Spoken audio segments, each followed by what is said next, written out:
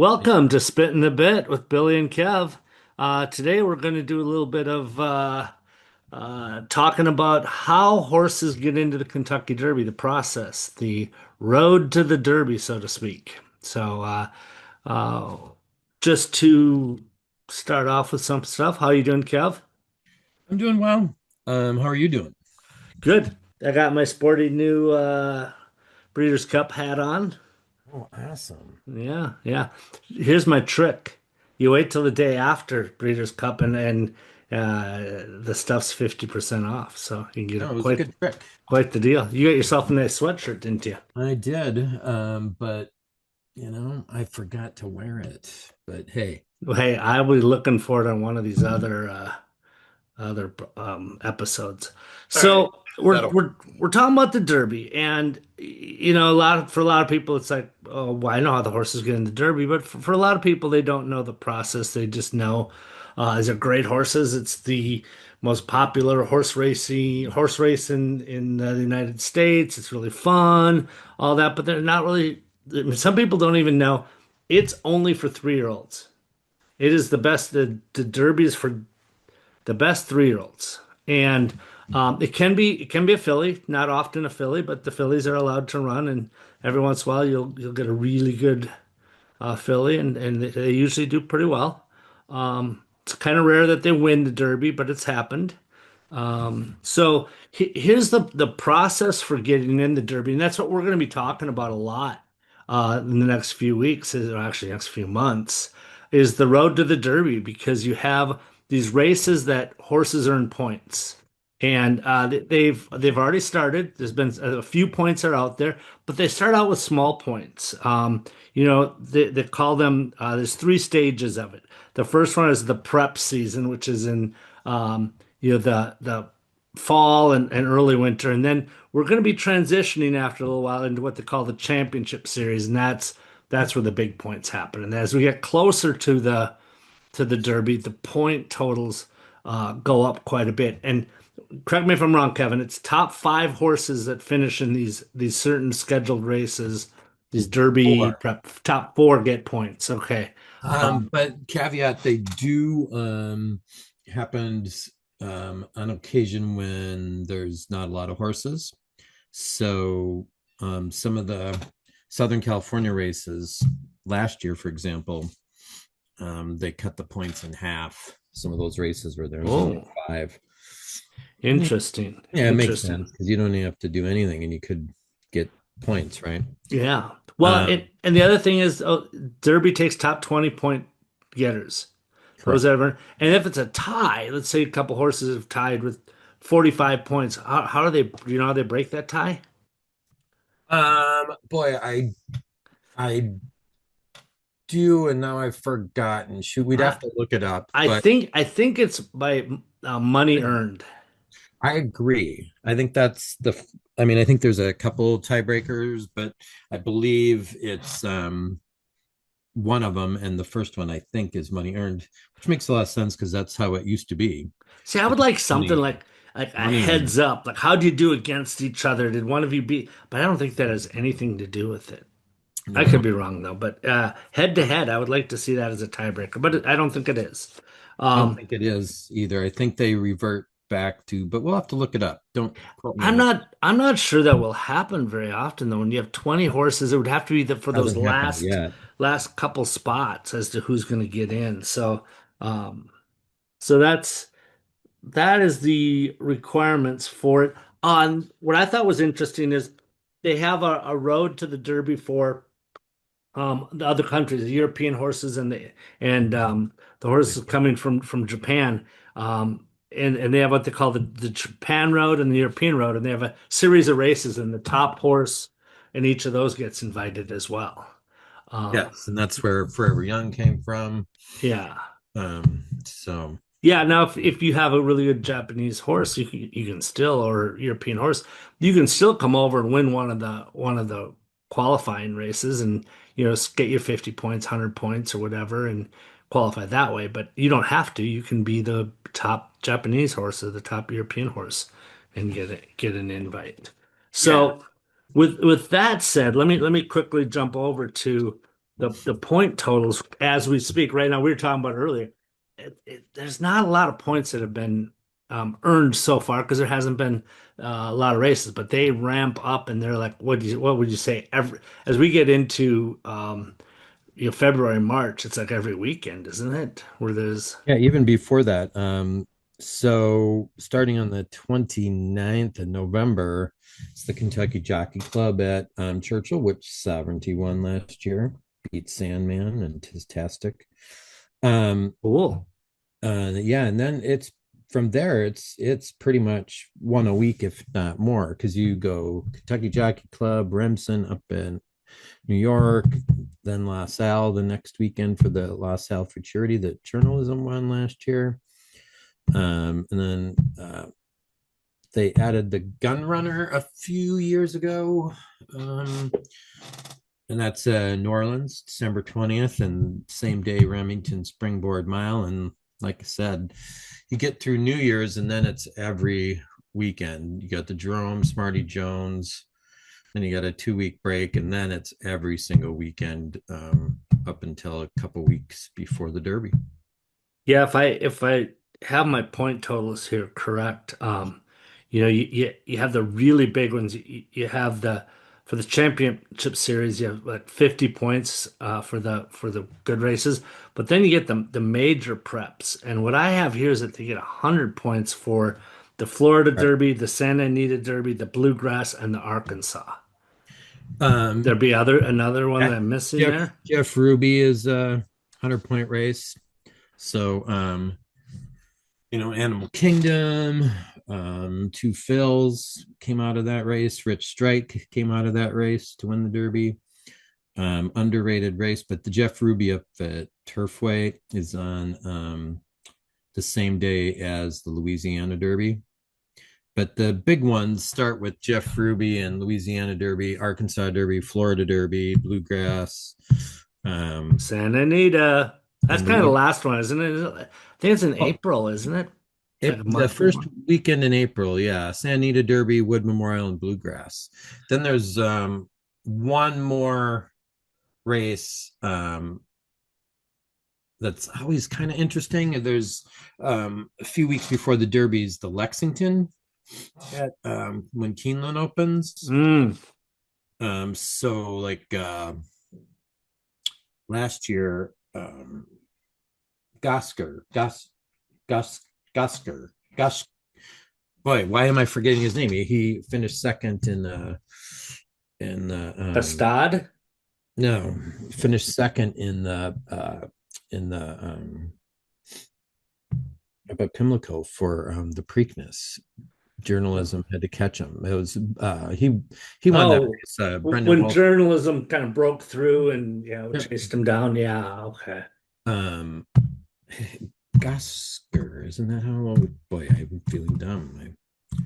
Well, what? Well, I am. Well, yeah. Um, so usually what they say, the rule of thumb is 50 points should get you into the top 20. If a horse earns 50, that's so um which is rightfully so. You win one of those big races, you should get in. And that's Mhm. kind of Oh what yeah, it's designed. So those winners of those races, they jump pretty much right in. But it's those that are finishing, lower in the hitting the board or finishing fourth and kind of grinding and getting some points. So a horse could legitimately, and I'm sure it happens all the time, get into the Derby without winning one of these big races, but absolutely. finishing well, running well, finishing well. Yeah, Um, I mean, when Rich Strike got in, literally the night before, most of those races at Turfway, he was finishing in the money, so he had just enough points to squeak in with some scratches, but he hadn't won in a while. mhm, mhm. So, hey, let me give you some point totals. Current, like I say, they don't mean much, but well, yeah. Now I said it. You said it, and then you corrected yourself earlier on. But um, here's the current point totals, and there's not a lot of them out there right now. But of course, Ted Nafi by his winning the Juvie, the Breeders' Cup Juvie. has 40 points, so he's awful close to getting in Yeah, he basically can finish in the money in just about any races coming up, and he and can have bounce in from there. points if he wants to. Mr. AP, by finishing second, has 15, so has some work to do yet to get in. Intrepido, Jeff Mullins has 13. A couple of big one. They got a 110 point win, and then 3 points from the Breeders' Cup, maybe. Or Spice Runner has 11. Napoleon Solo has 10. Pointed Uh, towards, well, we'll have to see, but um I was reading the other day, it looks like he might run in the Remsen, which I'm excited. It because it's a mile and an eighth, a two-turn race, see how he does. yeah, I was kind of hoping to see Napoleon Solo at the Breeders' Cup, but they kept them out east, right? Yeah, Is it? he hasn't shipped out at all. Yeah. So, and then sixth place with 10 points. Incredible. Litmus Test has 9. Brandt has 9.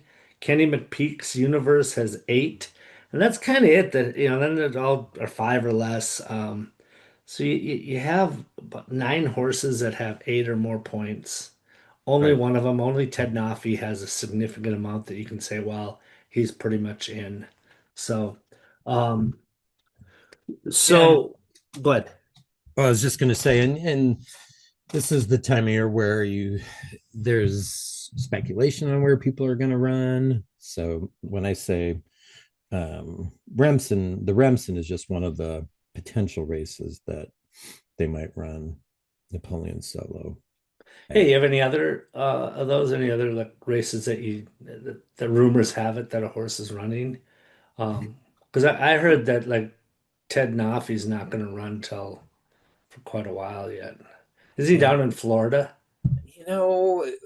Fletcher will either do New York or like Mo Donegal came through the Wood Memorial and did the Remsen.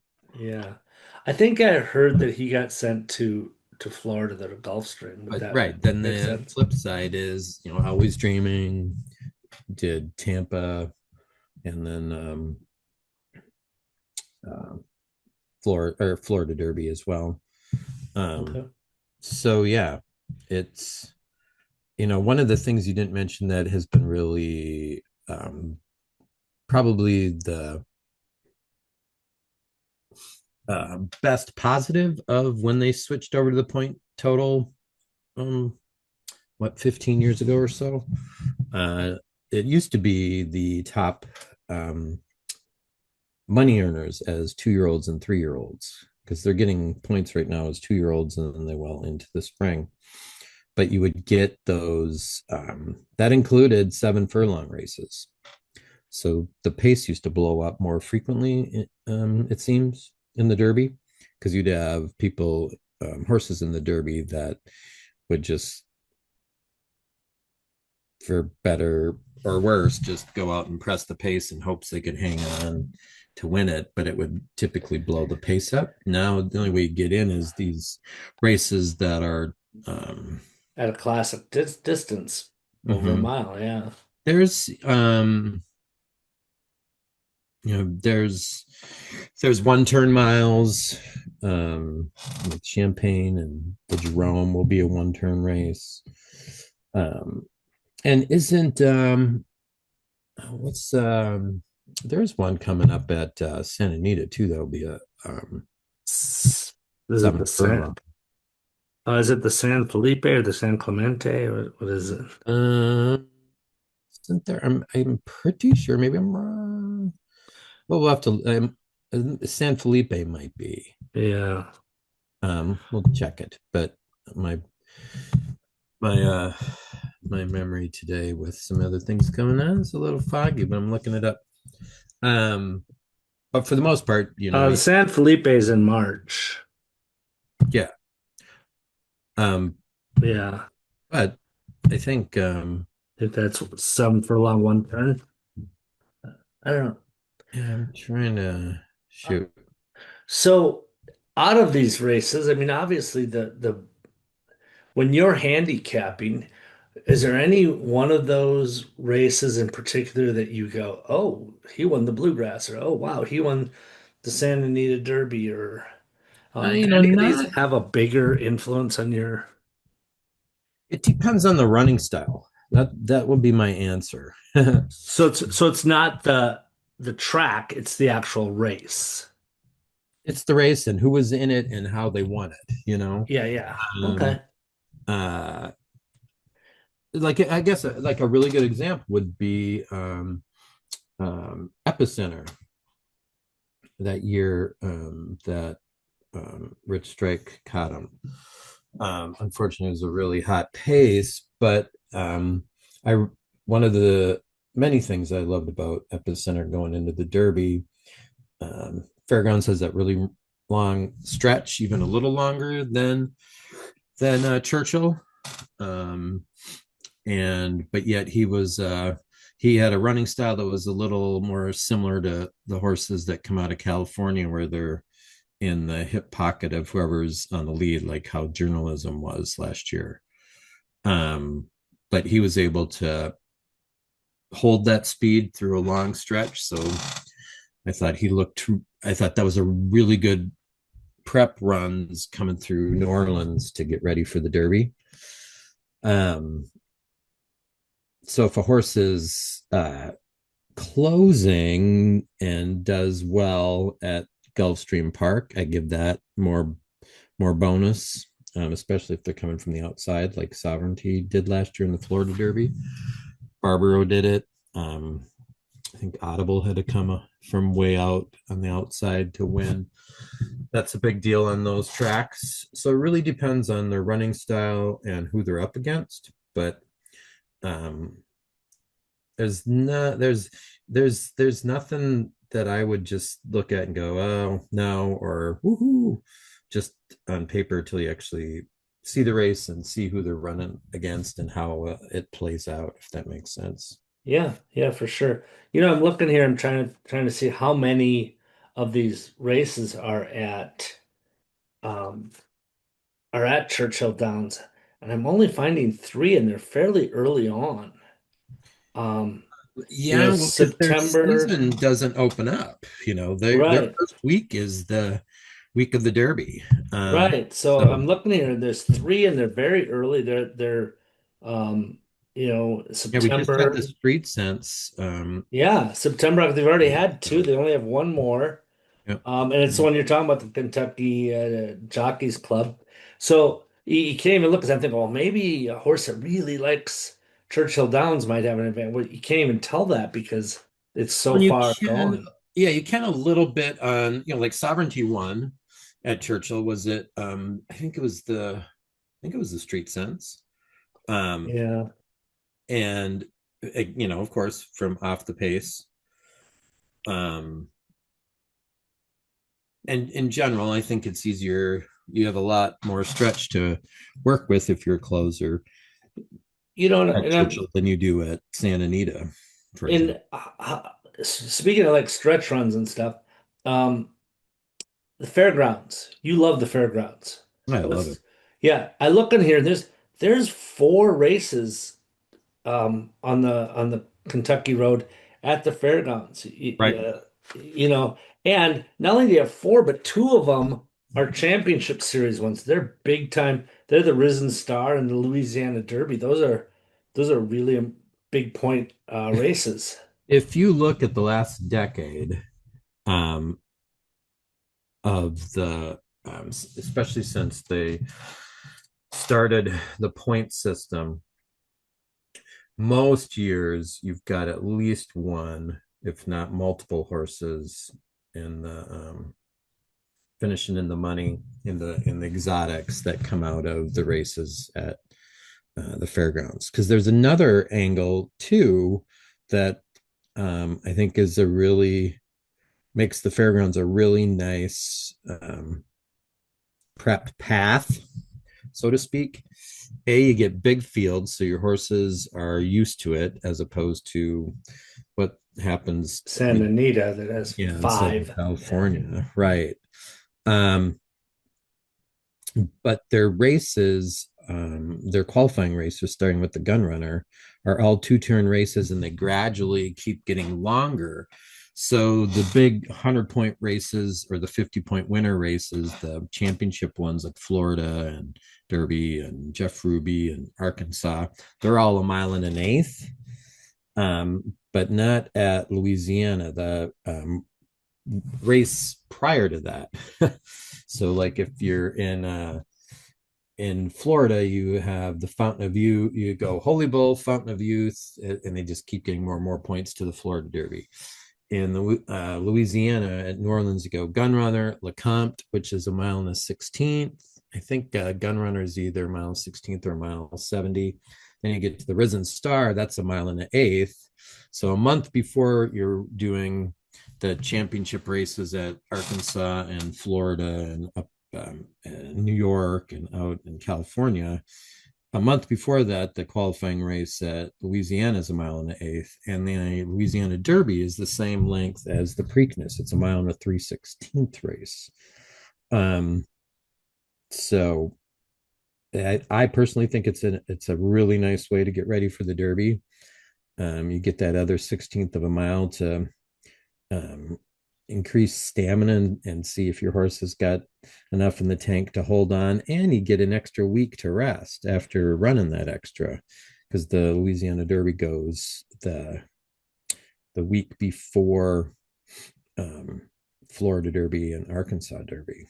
Now, the purses are really good at the fairgrounds as well, right? Yeah, I mean, especially in these big races. But the fields are always really, comparatively speaking, bigger. And I think it's important because um, horses are going to be running against 20 in the Derby, and they have to be used to that, in my opinion, unless they're really talented, like journalism, for example, handled it just fine. But Forte didn't a couple years back. Or was that 3 years back? No, it was 3 years back. All right. Well, you kind of answered my next question, but I don't know. Maybe I'm assuming what you'll say. If you had one race to have your horse, if you play trainer or owner, you have one race to one of the biggies to have your horse run in preparation for the Derby. What would it be? Would it be the I I Louisiana, or would you do I think that? I'm going with the Louisiana Derby. I get an extra. It's typically run like third week. And when is it running this year? I think it's like the third week typically. Yeah, it's March 22nd. So I get 5 weeks off for sure, um, to rest for the Derby and train, but I get a mile and a 3/16. I just feel like it's a better way to get ready for the Derby. And it's a stretch run that's similar to Churchill. It's a long ways from that last turn to the finish line, and I think it's a excellent prep race, and I think it plays out, on who we see finishing in the money, um, on that first Saturday in May. Yep. You see, you see many horses from that came through Louisiana, um, finishing in the money. Now, here's a question. I'm not sure you'll have an answer for me, but um, I know we have a side bet going that I get all the horses that have already run, and you get all those that haven't run yet. Mhm. Um, now, um, when when does a horse? What would you think would be the a horse needs to debut by? I mean, does you know? It's out the window for me now. I mean, it used to be, well, until Justify, you had to have run as a 2-year old. No horse, right, had ever Um, Just come in as a 3-year-old and broke their maiden, and right. yeah. I'm pretty sure it's just or it had been a long, long time.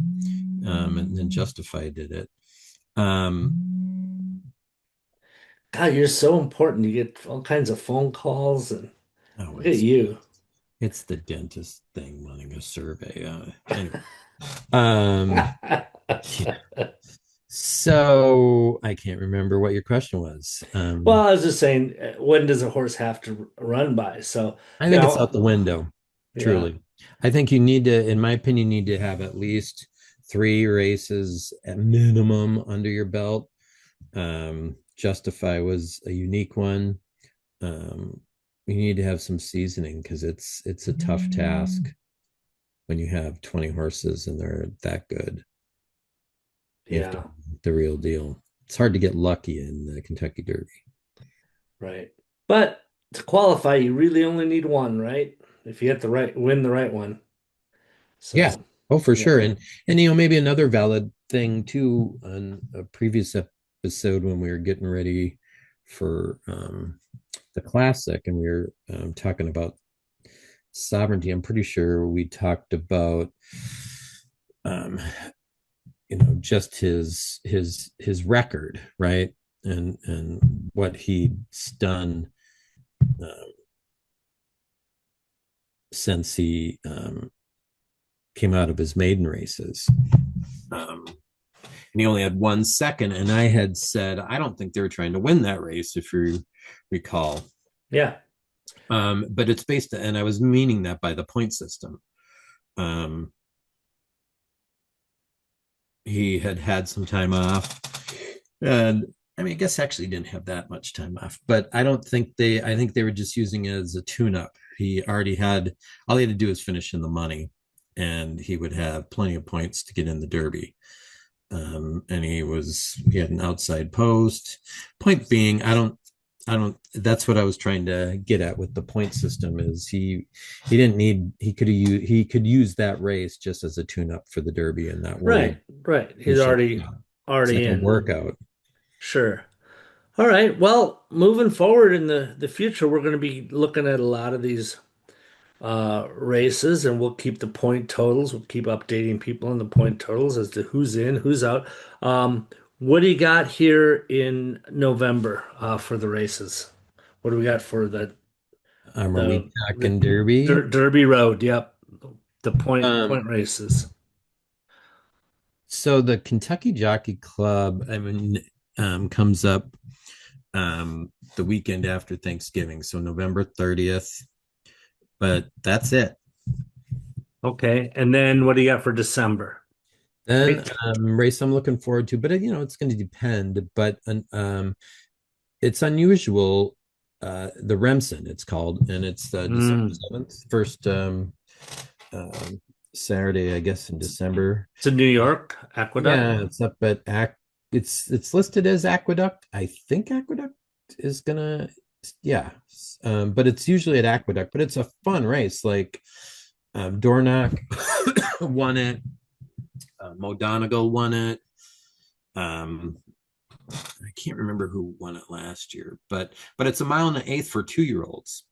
Um, it's unusual because they're not going to be running a mile and an eighth until the well, like fairgrounds until the end of February with the Risen Star, but all the rest of them are not going to run a mile and an eighth until you get to the big ones, the Santa Anita Derby, Bluegrass, Florida Derby, Arkansas Derby.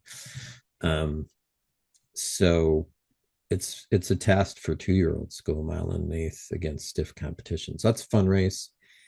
Then there's the Remington Springboard Mile um, at Remington Park and LaSalle Futurity same weekend. And then the races for fairgrounds start right before Christmas with the Gun Runner. Okay, that's kind of your starting your the That gets us progression. through. Yeah. So I'm definitely going to be watching for that gun runner one. That one kind of excited. I don't know who's running in it yet, but I'm kind of excited about it because I like your plan of doing the fairgrounds and working your way up to the distance and all And I that. have the date wrong on it. It's December 6th. I'm sorry for the Remsen. But Oh yeah, yeah, yeah. coming up soon. Um, yeah, and then it's pretty much there's a 1 weekend break, but from January on, it's virtually every weekend. Till you get to the Lexington, there's qualifying races to get into the Kentucky Derby. Very exciting. And You're on gonna the flip side of that same day will be the qualifying races for the Oaks.